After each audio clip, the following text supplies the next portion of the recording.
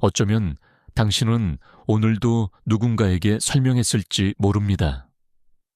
왜 그런 선택을 했는지, 왜 그날 기분이 좋지 않았는지, 왜 그 자리에 가지 못했는지, 왜 그 사람과 멀어졌는지. 말을 하면서도 어딘가 이상하다는 느낌이 들었을 수 있습니다. 분명히 틀린 것도 아닌데 왜 이렇게 긴 설명이 필요한 걸까? 왜 나는 항상 이해받아야만 마음이 편해지는 걸까? 그 느낌, 한 번쯤 진지하게 들여다볼 필요가 있습니다. 설명하고 싶은 충동, 해명하고 싶은 마음, 상대가 나를 오해할까봐 불안해지는 그 감각. 이것은 단순히 친절하거나 배려심이 많아서 생기는 게 아닙니다. 심리학자 칼 구스타프 융근, 이런 반복적인 자기 설명의 패턴 속에서 훨씬 더 오래된 무언가를 보았습니다. 그것은 어린 시절부터 켜켜이 쌓여온 내면의 상처입니다. 스스로의 감정이 충분히 타당하다는 것을 한 번도 제대로 허락받지 못한 사람의 흔적입니다. 오늘 이야기는 그 흔적에 관한 것입니다. 당신이 왜 그토록 이해받으려 애쓰는지, 그 설명들 뒤에 무엇이 숨어 있는지, 그리고 더 이상 해명하지 않아도 괜찮은 삶이 어떤 것인지에 대해 천천히 함께 들여다보려 합니다. 살면서 이런 순간이 있었을 것입니다. 분명히 피곤해서 쉬고 싶었을 뿐인데 그것을 말하는데 몇 마디가 필요했습니다. 그냥 오늘은 쉬고 싶다고 말하면 될 것 같은데 실제로 입에서 나오는 말은 훨씬 길었습니다. 요즘 몸이 많이 안 좋아서 이번 주에 일이 너무 많았고 사실 지난달부터 계속 누적이 돼서 이해해 줄 것 같아서 말하는 건데 그 긴 설명을 다 마치고 나서도 마음이 완전히 편하지는 않습니다. 상대가 고개를 끄덕이면 그제야 조금 숨이 쉬어집니다. 하지만 만약 상대가 뭔가 석연치 않은 표정을 지으면 다시 마음이 불편해집니다. 그리고 또 한마디를 덧붙이게 됩니다. 이것이 반복되고 있다면 한 가지 질문을 해볼 필요가 있습니다. 나는 지금 대화를 하고 있는 걸까요? 아니면 허락을 구하고 있는 걸까요? 융의 심리학에서 이 차이는 매우 중요합니다. 대화는 두 사람이 서로의 진실을 나누는 행위입니다. 하지만 허락을 구하는 것은 다릅니다.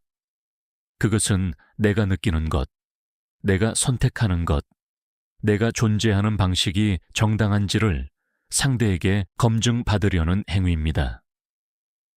그리고 이 두 가지는 겉모습은 비슷해 보여도 심리적으로는 전혀 다른 뿌리에서 자랍니다. 문제는 많은 사람들이 이 둘을 구분하지 못한다는 것입니다. 아니, 정확히는 구분할 기회조차 없었다는 것입니다. 왜냐하면 이 패턴은 아주 어릴 때부터 시작되었기 때문입니다. 어린 시절을 한번 떠올려 보십시오. 슬펐던 적이 있었을 것입니다. 무섭거나 억울하거나 화가 났던 적도 있었을 것입니다. 그때 주변 어른들이 어떻게 반응했는지 기억하십니까? 어떤 아이는 울고 있을 때 이런 말을 들었습니다. 별것도 아닌 걸 가지고 왜 그러니? 그만하면 됐잖아. 예민하게 굴지 마. 너는 왜 이렇게 유난이야? 화를 냈을 때는 이런 말을 들었습니다. 어른한테 그런 표정 짓는 거 아니야. 감정 조절을 해야지. 그렇게 버릇없이 굴면 안 돼. 두려움을 표현했을 때는 이런 말을 들었습니다. 그게 뭐가 무서워? 겁쟁이처럼 굴지 마. 그 정도로 무서워하면 어떡하니? 이 말들은 의도적인 악의에서 나온 것이 아닐 수도 있습니다. 어른들도 자신의 방식대로 살았고 자신이 배운 대로 반응했을 것입니다. 하지만 아이는 이 반응들로부터 무언가를 배웁니다. 아주 깊은 곳에 새겨지는 메시지를 하나 받습니다. 내가 느끼는 것은 그 자체로는 충분하지 않다. 내 감정은 타인이 납득해야만 가치가 있다. 융은 이런 환경에서 자란 아이가 어떤 심리적 전략을 발달시키는지를 설명합니다. 아이는 살아남기 위해 혹은 더 정확히는 사랑받고 수용되기 위해 자신의 감정과 행동을 끊임없이 설명하는 법을 익힙니다. 설명을 잘하면 혼나지 않습니다. 이해받으면 거부당하지 않습니다. 납득시키면 외면당하지 않습니다. 그렇게 아이는 하나의 방어 전략을 완성합니다. 이해받는 것이 안전이다. 그리고 이 전략은 성인이 되어서도 지속됩니다. 왜냐하면 그것이 심리적으로 너무 깊이 뿌리내려 있기 때문입니다. 더 이상 그것이 필요하지 않은 상황에서도 이미 성숙한 판단을 할 수 있는 나이가 되었어도 그 오래된 두려움은 여전히 속삭입니다. 설명하지 않으면 오해받을 거야. 납득시키지 못하면 버려질 거야. 이것이 바로 강박적 자기 설명의 심리적 뿌리입니다. 이 패턴이 성인의 삶 속에서 어떤 모습으로 나타나는지 조금 더 구체적으로 들여다보겠습니다. 직장에서 하루 연차를 쓰면서 아무도 묻지 않았는데도 장황한 설명을 이메일로 보내는 사람이 있습니다. 개인적인 약속이 있어서가 아니라 병원 예약이 2달째 밀려 있고 더 이상 미룰 수가 없는 상황이라는 식으로 굳이 상세히 밝히는 것입니다. 가까운 친구의 모임에 참석하지 못할 때 단순히 이번엔 못 가겠다고 말하면 될 텐데도 상대가 서운해할까봐 몇 가지 이유를 덧붙이고 그래도 부족한 것 같아서 미안한 마음까지 표현하다가 결국 메시지가 몇 단락이 되어버리는 경우도 있습니다. 연인이나 배우자와 대화할 때 자신의 감정을 표현하기 전에 먼저 상대가 어떻게 받아들일지를 계산하는 사람도 있습니다. 솔직하게 말했다가 갈등이 생기면 어떻게 하지?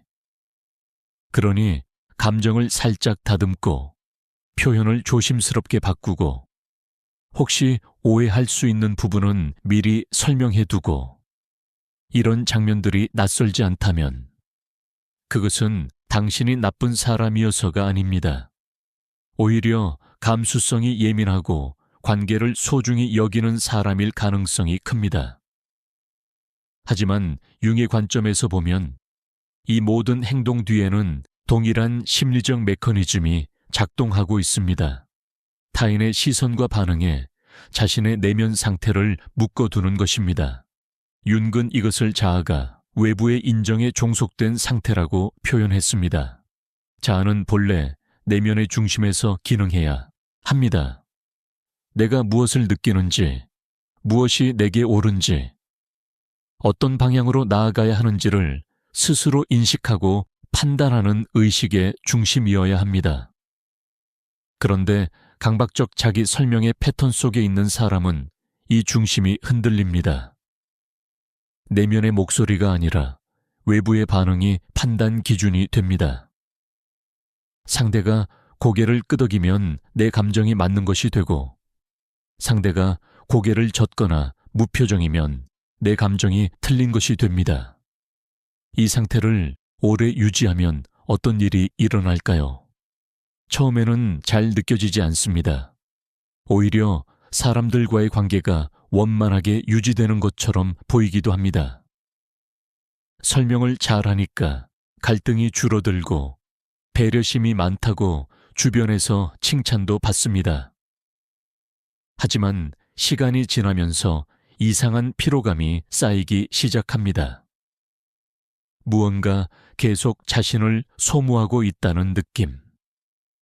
관계 속에서 진짜 나는 어디에 있는지 모르겠다는 혼란.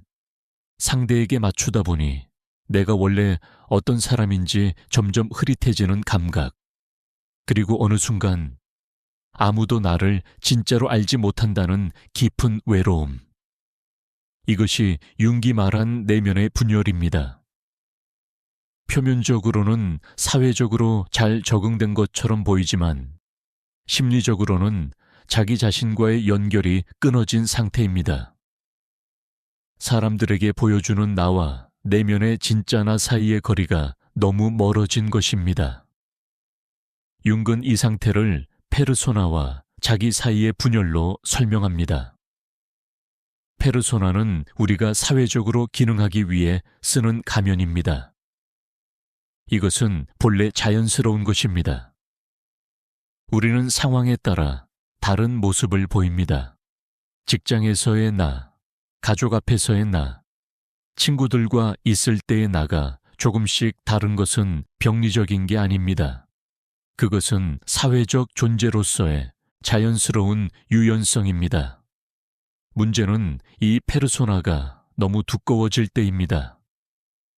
사회적 역할과 타인의 기대에 맞춘 모습이 너무 단단하게 굳어지면 그 아래에 있는 진짜 자신이 표면 위로 올라올 기회를 잃어버립니다. 그리고 강박적으로 자신을 설명하는 사람은 대체로 이 페르소나가 지나치게 두껍습니다. 왜냐하면 그들은 항상 상대에게 납득될 수 있는 버전의 자신을 제시하려 하기 때문입니다. 진짜 감정 대신 설명될 수 있는 감정을, 진짜 욕구 대신 이해받을 수 있는 욕구를, 진짜 경계 대신 정당화될 수 있는 경계를, 이렇게 조각조각 편집된 자신을 반복적으로 내보이다 보면 정작 자신도 자신의 진짜 감정이 무엇인지 헷갈리게 됩니다. 화가 난 건지, 슬픈 건지, 원하는 건지, 두려운 건지, 감정의 출처를 찾기가 점점 어려워집니다. 이것이 심리적 자기 배반의 본질입니다. 노골적인 거짓말이 아닙니다. 명백한 위선도 아닙니다. 그저 매일매일 아주 조금씩 자신의 진실보다 상대의 반응을 먼저 고려하는 작은 선택들이 쌓이는 것입니다. 그리고 이 선택들이 수십 년 동안 쌓이면 자신이 무엇을 원하는지, 무엇을 느끼는지, 진짜 어떤 사람인지를 스스로 알 수 없는 상태가 됩니다. 윤기 심리 치료에서 반복적으로 마주쳤던 것이 바로 이 상태였습니다. 겉으로는 멀쩡해 보이는 사람, 사회적으로 잘 기능하는 사람, 심지어 능력 있고 성공한 것처럼 보이는 사람이 내면에서는 깊은 공허함과 방향 상실을 경험하고 있는 경우, 이유를 설명할 수 없는 만성적인 피로감, 인생이 어딘가 자신의 것이 아닌 것 같다는 묘한 거리감, 이런 증상들이 나타날 때 윤근 단순히 증상을 없애려 하지 않았습니다. 그는 더 근본적인 질문을 했습니다. 이 사람은 자신의 삶을 살고 있는가? 아니면 타인이 기대하는 삶을 살고 있는가? 그렇다면 이 패턴에서 어떻게 벗어날 수 있을까요? 중요한 것은 이것이 단순한 습관 교정의 문제가 아니라는 것입니다. 더 이상 설명하지 말자고 결심한다고 해서 바뀌는 것이 아닙니다. 왜냐하면 이 패턴은 행동의 문제가 아니라 관계의 문제이고, 되어 정확히는 자기 자신과의 관계 문제이기 때문입니다. 융의 개성화 이론에서 핵심은 이것입니다. 진정한 변화는 자신의 내면에서 무언가가 이동할 때 일어납니다. 심리적 무게중심이 외부의 인정에서 내면의 확신으로 이동하는 것, 그것이 변화의 본질입니다. 이 이동은 어떻게 시작될까요? 첫 번째는 자신의 패턴을 알아차리는 것입니다. 그냥 알아차리는 것, 그것만으로도 이미 변화의 씨앗이 됩니다. 설명을 하고 싶은 충동이 올라올 때 잠깐 멈춰서 스스로에게 물어보십시오. 나는 지금 대화를 하려는 건가? 아니면 허락을 구하려는 건가? 이 설명은 상대를 위한 건가? 아니면 나의 불안을 달래기 위한 건가? 이 질문에 솔직하게 답할 수 있다면 이미 한 걸음 나아간 것입니다. 자신의 심리적 작동 방식을 의식화하는 것, 융은 이것을 무의식을 의식화하는 과정이라고 불렀습니다. 무의식적으로 반복되던 패턴이 의식 위로 떠오를 때 비로소 선택이 가능해집니다. 두 번째는 자신의 감정에 스스로 타당성을 부여하는 연습입니다. 이것이 쉽지 않은 이유는 오랫동안 감정의 타당성이 외부에서 왔기 때문입니다. 누군가 이해해 줄 때 내 감정이 맞는 것이 되고 아무도 이해 못하면 내 감정이 틀린 것이 되는 패턴이 반복되었습니다. 그래서 이제는 그 과정을 내면해서 직접 해보는 것이 필요합니다. 화가 났다면 그 화를 설명하기 전에 먼저 스스로에게 이렇게 말해 보십시오. 나는 지금 화가 나 있다. 그리고 이것은 충분히 이유 있는 감정이다. 상대가 이해하든 하지 않든 이 감정은 나의 내면에서 실제로 일어나고 있는 것이다. 이것이 처음에는 어색하고 불안하게 느껴질 수 있습니다. 왜냐하면 오랫동안 이 자리는 타인이 채워주던 자리였기 때문입니다. 하지만 반복할수록 무언가가 변하기 시작합니다. 내면에 아주 조용하지만 단단한 목소리가 생겨나기 시작합니다. 나는 이것을 느낄 자격이 있다는 확신. 윤기 내면의 권위라고 부른 것이 이것입니다. 내면의 권위는 거만함이 아닙니다. 폐쇄성도 아닙니다. 그것은 자신의 경험을 스스로 검증하는 능력입니다. 내가 느끼는 것, 내가 아는 것, 내가 원하는 것을 타인의 시선에 맡기지 않는 것입니다.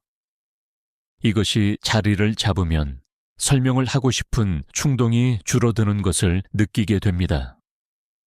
설명하지 않아도 내 감정이 사라지지 않는다는 것을 알게 됩니다. 상대가 이해하지 못해도 내가 경험한 것은 여전히 실제한다는 것을 알게 됩니다. 이 변화가 가져오는 가장 큰 선물 중 하나는 관계의 질이 달라진다는 것입니다.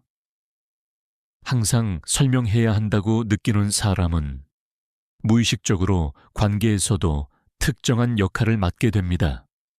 이해받기 위해 노력하는 사람, 조율하고 맞추는 사람, 갈등을 피하기 위해 자신을 조금씩 조정하는 사람. 그리고 이 역할은 어떤 사람들에게는 매우 편리합니다. 나를 통제하기가 쉽기 때문입니다. 내가 불안해한다는 것을 알면 그 불안을 이용할 수 있습니다. 강박적 자기 설명은 관계 안에서의 취약성을 외부로 내보이는 행위이기도 합니다. 나는 지금 당신의 이해가 필요합니다. 나는 지금 당신의 승인이 없으면 불안합니다. 이것이 신호로 전달될 때 관계의 역학이 기울어집니다. 하지만 더 이상 설명하지 않아도 된다는 내면의 확신이 생기기 시작하면 이 역학이 달라집니다. 설명 대신 침묵이 오는 경우가 생깁니다. 길게 정당화하던 자리에 짧고 담담한 한마디가 오는 경우가 생깁니다. 그냥 이건 내게 맞지 않는 것 같아. 오늘은 쉬어야 할 것 같아. 그건 내가 원하는 방향이 아니야. 이런 말들은 논리적 근거를 제시하지 않습니다. 상대를 납득시키려 하지 않습니다. 하지만 이상하게도 이런 말에는 무게가 있습니다. 이 무게는 어디서 올까요? 그것은 확신에서 옵니다.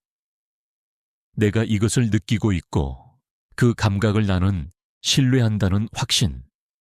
사람들은 이 무게를 느낍니다. 의식적이든 무의식적이든.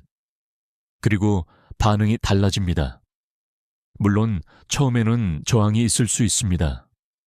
예전에는 늘 설명해 주던 사람이 갑자기 짧게 말하고 더 이상 해명하지 않으면 어색해하거나 당황하는 사람들이 생깁니다. 어떤 사람들은 불편함을 표시하기도 합니다. 왜 갑자기 이래? 무슨 문제 있어? 나한테 화났어? 그때 예전이라면 다시 설명을 시작했을 것입니다. 아니야, 그런 게 아니라 사실 요즘 이런저런 일이 있어서. 하지만 이제는 다르게 반응할 수 있습니다. 아니, 화난 거 아니야. 그냥 지금은 이렇게 느끼는 거야. 그것으로 충분합니다. 이것이 내면의 권위가 관계 속에서 작동하는 방식입니다. 설득하지 않습니다. 납득시키려 하지 않습니다. 그저 자신의 진실에 머뭅니다. 이 과정에서 자연스럽게 일어나는 일이 있습니다. 관계의 재편입니다. 어떤 관계들은 멀어집니다. 항상 설명해 주던 사람이 더 이상 그렇게 하지 않으면 그 관계를 유지하기 어려워지는 경우가 있습니다. 특히 관계의 균형이 처음부터 맞지 않았던 경우, 즉, 한 사람이 항상 조율하고 다른 사람은 그것을 당연하게 받아들이던 관계에서 이런 일이 더 자주 일어납니다. 이것이 두렵게 느껴질 수 있습니다. 사람이 멀어지는 것은 언제나 아픕니다. 하지만 융근 개성화의 과정에서 이런 종류의 분리가 필연적으로 일어난다고 보았습니다. 그리고 이 분리는 상실이 아니라 정렬입니다. 나를 진짜로 알아봐주는 사람들, 내가 설명하지 않아도 나의 존재를 존중해주는 사람들, 내가 경계를 지을 때 그것을 무시하거나 흔들려 하지 않는 사람들. 이런 관계들은 남아 있습니다. 그리고 새롭게 생겨나기도 합니다. 자기 자신에게 더 솔직해질수록 더 솔직한 관계를 끌어당기게 됩니다. 내면의 안정감이 깊어질수록 안정적인 사람들이 곁에 더 많이 오게 됩니다. 이것은 심리적 자기 실현의 자연스러운 결과입니다. 그런데 이 과정에서 빠뜨리지 말아야 할 중요한 부분이 있습니다.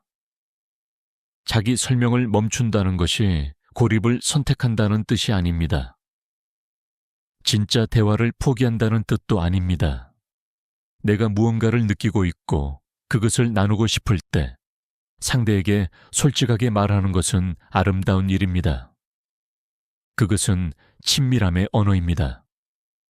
여기서 중요한 것은 그 말의 출발점입니다. 설명에서 나온 말과 나눔에서 나온 말은 다릅니다. 설명에서 나온 말은 상대의 이해와 허락을 전제로 합니다. 나눔에서 나온 말은 그것과 무관하게 자신의 경험을 솔직하게 표현합니다. 전자는 불안에서 출발하고 후자는 내면의 확신에서 출발합니다. 나눔의 말로 이야기하는 사람은 상대가 이해하지 못해도 크게 흔들리지 않습니다. 아, 지금은 서로 다르게 느끼고 있구나. 그것도 괜찮아.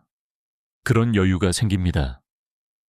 왜냐하면 상대의 반응이 내 감정의 타당성을 결정하지 않는다는 것을 알고 있기 때문입니다. 이것이 바로 심리적으로 성숙한 소통의 모습입니다. 윤기 개성화를 이야기할 때 그것은 단순히 자아가 강해지는 과정이 아닙니다. 자신의 전체성을 회복하는 과정입니다. 빛과 그림자, 강함과 취약함, 확신과 의심, 이 모든 것이 자신의 일부임을 받아들이고 그 전체를 가지고 살아가는 것입니다. 설명하지 않아도 된다는 것은 완벽해야 한다는 뜻이 아닙니다. 항상 당당해야 한다는 뜻도 아닙니다. 두렵고 불안한 날이 있을 수 있습니다. 이해받고 싶은 마음이 올라오는 날도 있을 것입니다. 그건 역시 자신의 일부입니다. 중요한 것은 그 두려움이 행동을 지배하지 않도록 하는 것입니다. 불안이 올라올 때 그것을 느끼면서도 예전처럼 자동으로 설명 모드로 돌아가지 않는 것, 그 사이에 아주 작은 공간을 만드는 것, 그 공간이 선택을 가능하게 합니다. 이 공간을 만드는 것, 그것이 융기 말한 의식화의 시작입니다.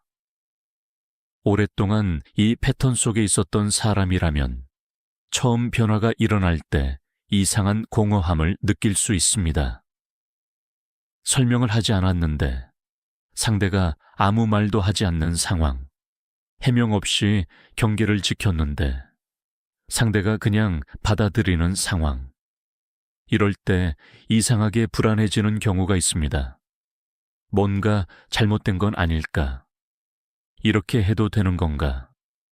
상대가 속으로 기분 나빠하는 건 아닐까? 이 불안은 자연스러운 것입니다. 수십 년 동안 설명을 통해 관계를 유지해왔던 심리가 새로운 방식에 적응하려면 시간이 필요합니다. 이 불안을 느낄 때 그것을 밀어내려 하지 말고 그냥 함께 앉아보십시오.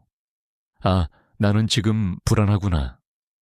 설명하지 않으면 관계가 흔들릴까봐 무섭구나. 이 두려움은 오래된 것이구나.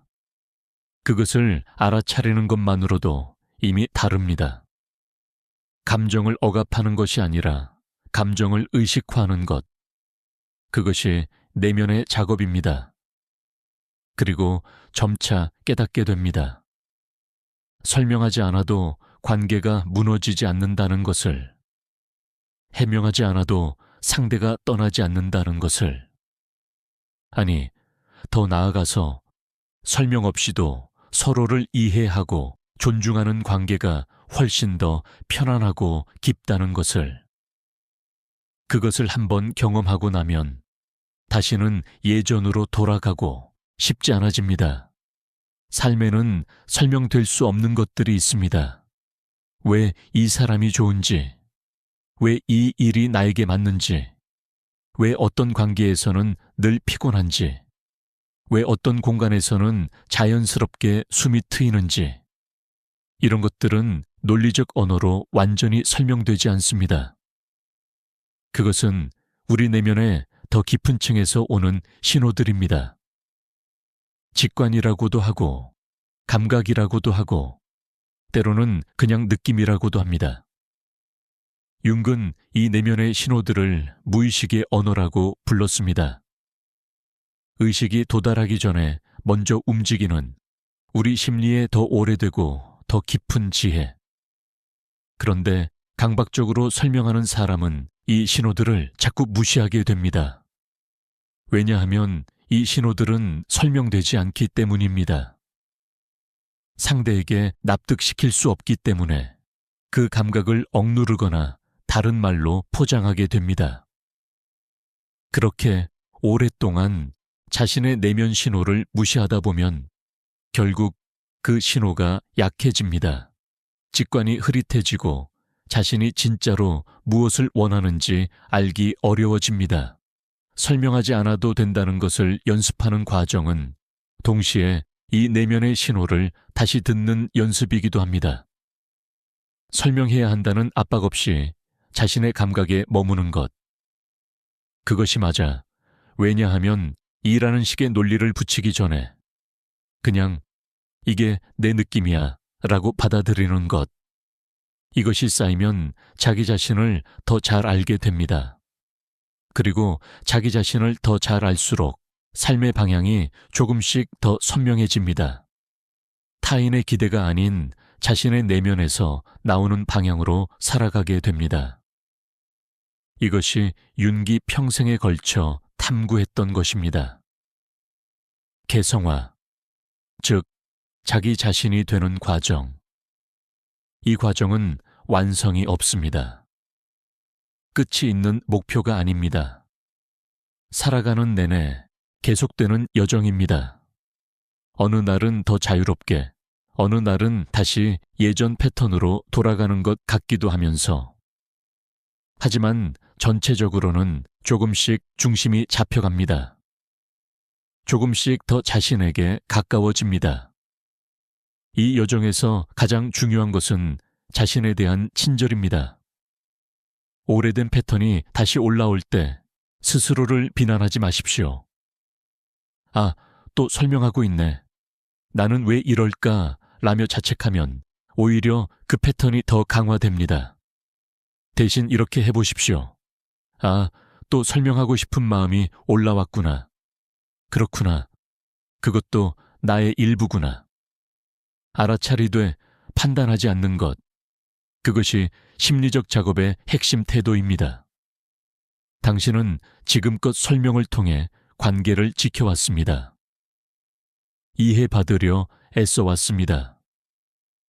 그 노력은 틀린 것이 아닙니다.